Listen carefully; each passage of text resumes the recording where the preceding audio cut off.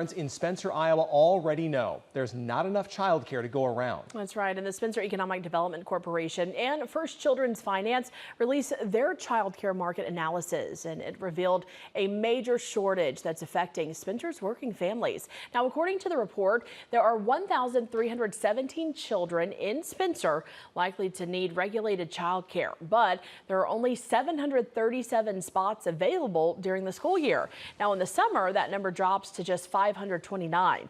That means the Spencer community is facing a shortfall of up to 788 child care spaces.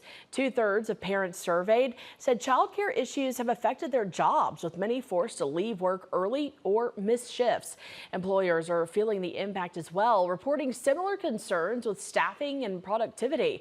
Child care providers say they're overwhelmed, while 79% of participants report they've had to turn families away or put them on wait lists due to a lack of space. Now, a strategic planning process earlier this year brought together 30 local leaders to develop some solutions.